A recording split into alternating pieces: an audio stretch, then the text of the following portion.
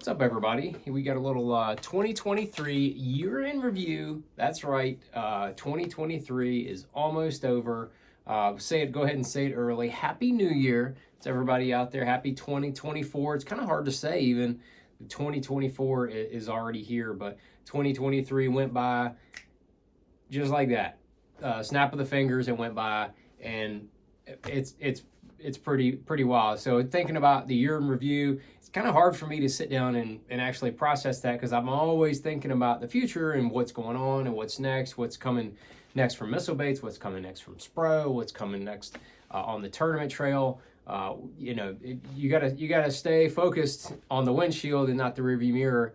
But occasionally you need to look back at that rearview mirror and make sure that you're on the right path.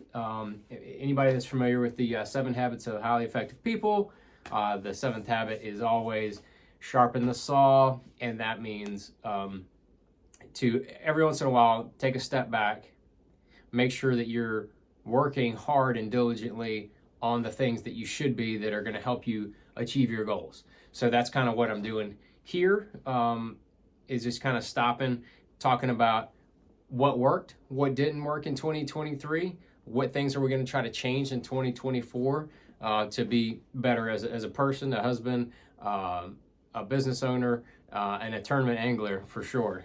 So let's get started with the tournament angler. That's the part that most people want to talk about, and it's the part that got me into this whole business, and that's the part that I love.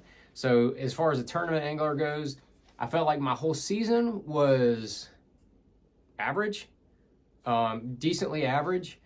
And then at the end of the year, I just had a complete meltdown, and I finished 93rd at Lake Champlain. If I would have just finished in the 60s, mid 60s, I would have made the Bassmaster Classic pretty easily. I ended up in 51st place in the points. I think I tied with Gerald Swindle for 50th, 51st, whatever.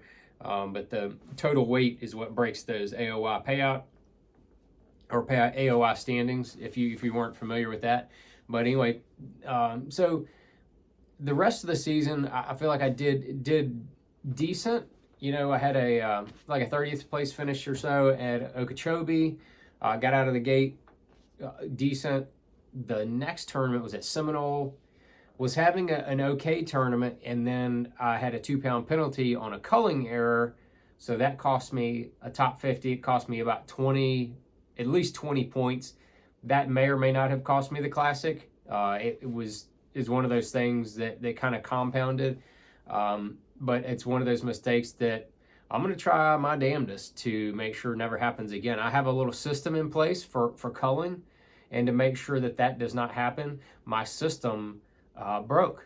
My system did not work. So that was really the reason that occurred. But then, kind of going through the rest of the year, I was just kind of scrapping along and, getting checks in most of the events. I never had a single top 10 in 2023, which is no good. Definitely have to work on that. But then, as far as like the end of the year, looking back, as I said, Champlain was the place where I had the biggest disaster. I had an okay first day, and then the second day I only caught 3 keepers. I mean, that is like, you have to really, really try hard not to catch 5 keepers at Lake Champlain. But I dropped on a zillion fish. Nothing worked. I started the day in totally new area that I hadn't practiced in. Just trying to kind of come up with something new and good. And I was just going with my gut, and I wasted about an hour and a half, got out there in the inland sea, and then was just dropping on a ton of fish. I caught 2 out there, but then I just didn't feel like that was happening. So I bounced back to the New York side. I only caught 1 more keeper the rest of the day. So that really derailed my whole season. And looking back on it, I didn't need as many points as I thought I needed going into that second to last event. Then I went out there at Thousand Islands, the last tournament of the year, and had a 26th place finish. Had a good finish. I think it was might have been my best finish. Oh no, second best finish all year. So that was a good note to start the year. I felt like some things clicked for me on the Thousand Islands, so that is good. I'm really looking forward to going back to the St. Lawrence River next year to end the season. Not one of those tournaments that I'm a little bit worried about. So as far as the tournament season goes, I feel like as an angler, what was my takeaway from 2023 and kind of how the averages went. I'm going to I did it a little bit last year, and I'm going to do it a little bit more in 2024. I'm going to whittle down the number of techniques that I'm really trying to utilize on all of the tournaments. That's one of the things about being a business owner and owning a fishing lure company is you really try to stay on top of all of the bait trends as far as what's new, what's coming out, and all that kind of stuff. And I feel like sometimes my interest just gets spread too thin, and I don't become an expert at any of them. So what I'm going to do is try to bring it back a little bit, bring it back to the powerhouse techniques. I'm talking, I'm going to have that mini flip on in a lot of tournaments. Like that is a go-to bait for me, and there's no reason I should not have that thing on and flipping it around in a lot of tournaments. D-bombs, square bill crankbaits, Fat Johns. I really have gotten away from throwing that Fat John. Looking back over the years, I've caught so many good fish on that Fat John. It's not even funny. So when I'm fishing shallow, I'm going to stick to some of those bread and butter baits, D-bomb, mini flip, and then also the drop shot. The drop shot's another one of those baits with a magic worm on it. It's going to stay on my deck pretty much the whole year, and I'm going to make sure that stays out and it gets utilized pretty much every day. Chatterbait's another one of those baits that's going to get utilized a lot. Last year, I think I did a good job of keeping topwaters going whenever they're relevant. Caught better average size fish on that topwater bait. Just a handful of different ones. So just going to kind of continue to refine that. And I did not mention forward facing sonar. That is something that I'm going to continue to work on as well.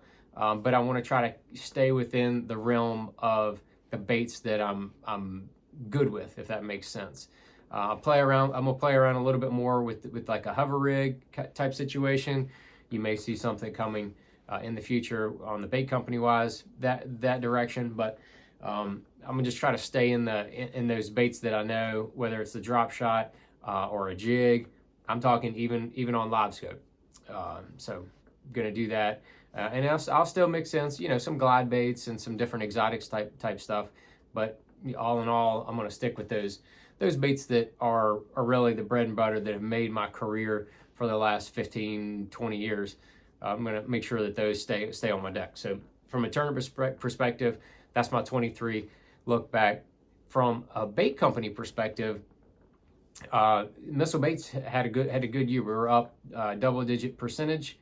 I don't know exactly what we still got a couple of days left here when I'm shooting this, but we're going to be right there in the double digits for sales increase.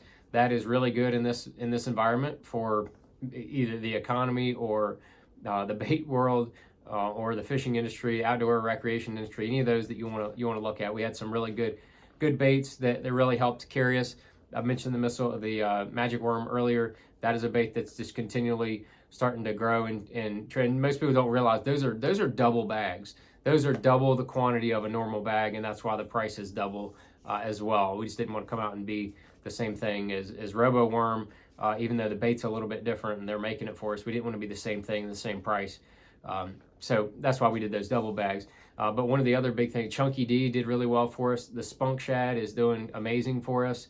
We're continuing to sell, a lot of D-bombs and baits in general. As far as Missile Baits is concerned, we signed with OBT, the Outdoor Brands team.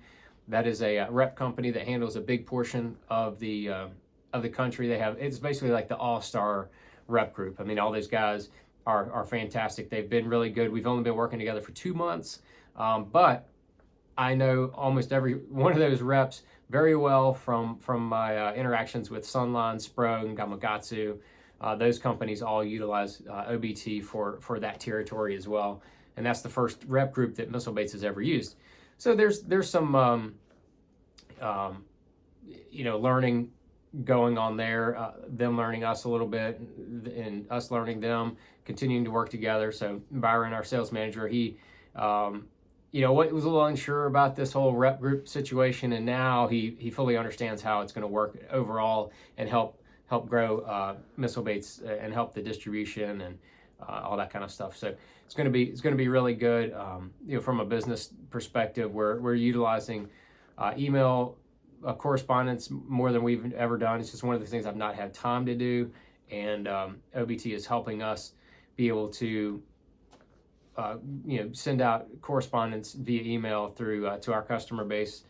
So we're starting out good there. We got a lot of new projects coming, but that's more of the future, not the past. Things in the past I think that have worked is the sales have been good, but overall there's some operational things within Missile Baits that I need to improve on, and it all comes down on me since I own the company and I'm the president. We've got an awesome team of employees. I could not be more happier. But even within the employees, I've got to do a better job of educating them on exactly what we need to do to continue to move forward. Everybody does awesome at pulling their own weight, and I could not be more proud of the team in general. But sometimes the captain of that team needs to get better at leading his people, and that's what I'm going to try to continue to do, and continue to help Missile Baits grow and you come out with like super innovative products that are needed on the market. Bass fishermen need something, they're going to get it. One of the things, and sometimes they don't even know that they need it. One of the newer things that you'll see here very, very soon is this little sneak peek guy right here. So just for reference, here's a mini flip versus that guy. So you'll see very soon. That's just a little sneak peek for everybody who's watching all the way through. A little sneak peek on that monster right there. So you'll see that very soon, and we'll explain it and talk all about that. But we got a lot of new stuff. I mentioned having a new hover bait, but then again, getting back to what I do and need to do better as a business owner is stay on top of innovative product. That really leads the day for bait companies anywhere in the fishing industry, especially within the bass fishing industry. You've seen some companies, Spro in the last couple of years, come out with a lot of good innovative baits. They've had great growth over the last 3-4 years. Not just COVID bump. But like Sixth Sense has done a good job coming out with new innovative baits. They've continued to do well. Z-Man really come out with some really good new stuff. They have continued to grow. Really like what Z-Man is doing right now. So those are the people that I'm trying to make sure we stay up with and continue to do that kind of stuff. So there's I'm always looking. Like this is the micro jig, and we're looking at new trailers. So you can kind of see that's a potential new little trailer. So I'm always on that new bait kick, and that's one of those things that in self-reflection during 2023 I realized that I needed to do going forward, is to stay on top of bringing out new products that customers want and need to catch more bass. So that's kind of from the bait company perspective. As far as family goes, very, very, very happy with my whole family situation with my whole, all my kids. They're, my daughters are now 11 and 16. My stepson's 24. Noah's out on his own, but he just moved back to he's moving back to the area, so we're going to be able to see him a lot more. That's fantastic. But my girls, they're getting older. Taking college visits with my older daughter and that kind of stuff. So my window is closing that I'm be able to spend with my two daughters, living in the same house. So that's one of my focuses over the next couple of years, is to spend as much time as possible with both of my daughters and make sure that time is not wasted. And then obviously keeping my wife at top priority. I mean, that's how you figure out what you're going to do with your time. If you're confused about that and you're not sure, how am I going to balance this and how am I going to balance that, between family and work and career and hobbies, it's real simple. You know, you got to have your priority list and make sure that you stay fixed to that. So my wife is definitely my top priority. So we definitely still have some good times together, and we utilize what we can with our daughters and with Noah as well for because you know for his time is precious, man. Next thing you know, you'll be old and kicked out of the house into a nursing home or something. You know never know. Yeah, I don't want to have any regrets, and I don't to this point. So hope everybody out there has a fantastic 2024. Again, Happy New Year for there. And if you have any questions, concerns, let me hear what you have to say about your 2023. If you have your 2023 takeaways, tournament, business, family, drop it down there. I want to hear what you have to say, and anything you want to see 2024 from Missile or from myself, drop it down there. You know I'm going to be doing a bunch of boat videos here very soon, and we know we've got new products coming out very soon, so a lot of exciting stuff coming up in 2024 for Missile Baits and for myself. So as always, thank you guys for watching, and we'll talk to you real soon.